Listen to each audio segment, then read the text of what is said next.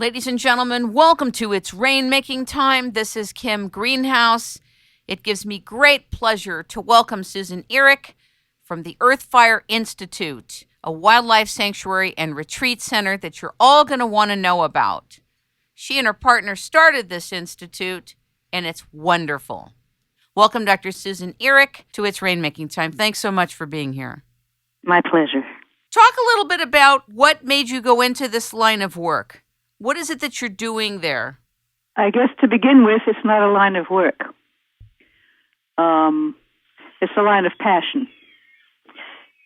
And what made me start to go into it was a sense that we're all part of a larger community of life, and that we suffer greatly from being too human-centered and focusing on our own needs and our own personal issues and not understanding what's out there for us in the larger community.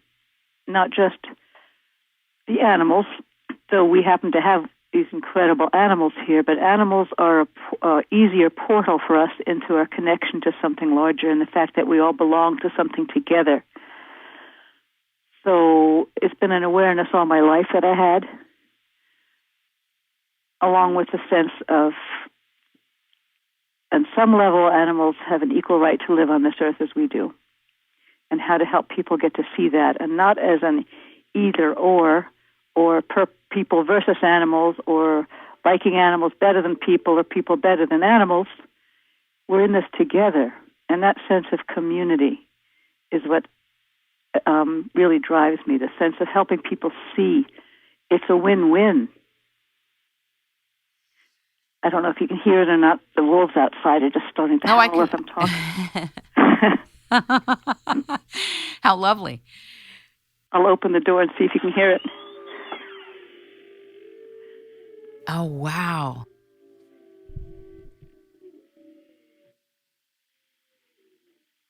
There you go. Wow.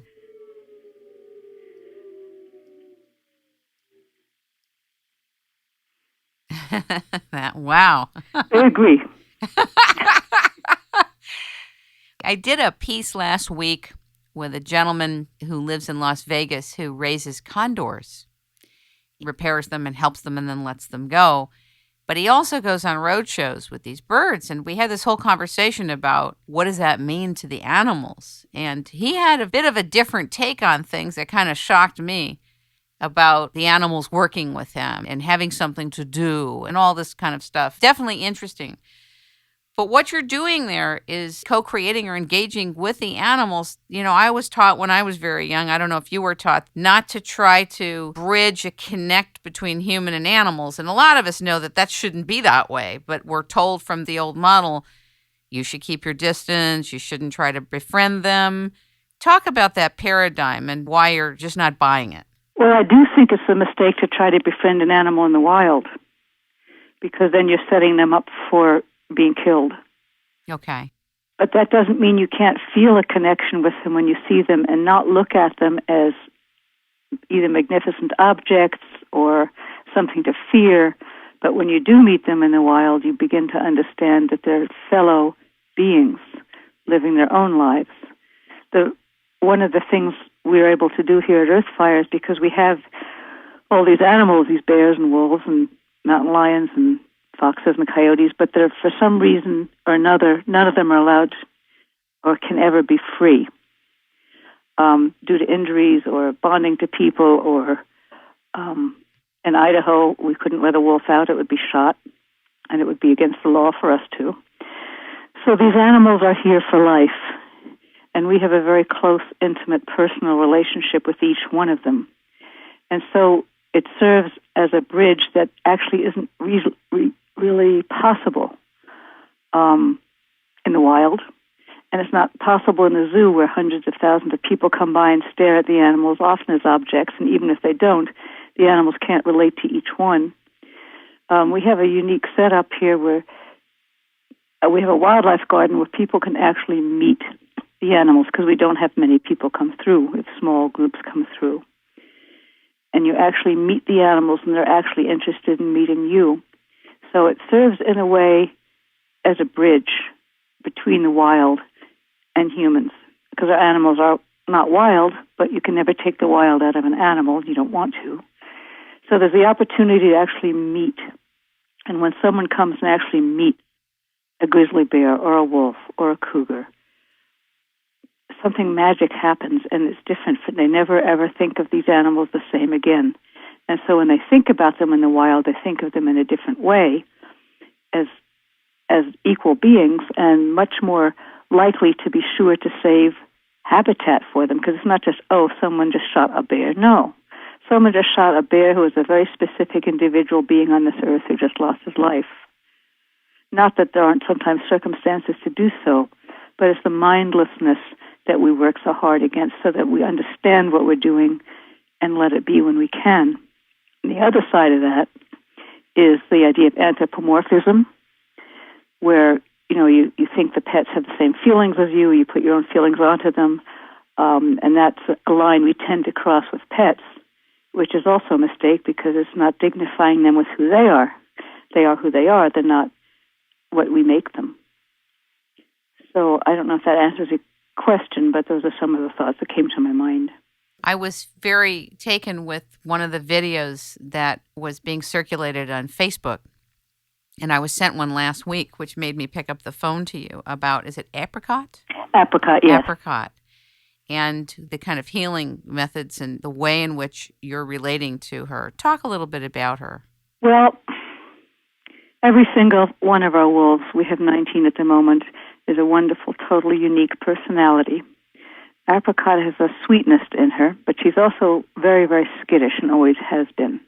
And she came down with she had distemper. Why, we don't know, because she had been vaccinated. But she came down with distemper and nearly died. It went to her brain.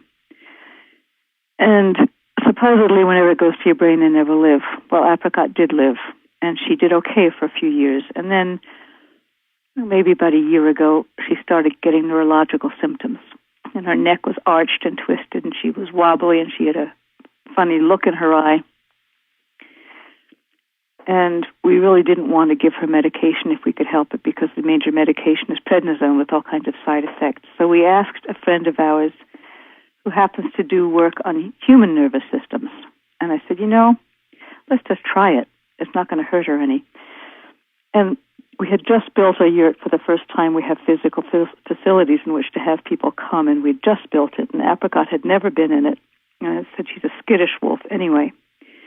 But Jill, the energy healer, thought it'd be least distracting if we were in a closed space. So we brought her into the yurt, and Jill put her hands on her, and Jean and I calmed her, and I said, I'd better film this. So I just grabbed a camera, and Jean continued to calm her because she's very closely connected to us.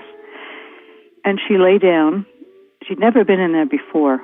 Usually, when a wolf comes into a new area, they have to explore everything before they can settle down. She settled, it's a good instinct, but she just settled down within a matter of a couple of minutes and had this stranger with hands on her. So that alone was astonishing enough that she settled down, that she let a stranger touch her like that. And in a matter of a few minutes, she was starting to go into a trance, and we have a close-up of her eye going into a deep healing trance. And she stayed in that trance for 45 minutes. I have it all on tape.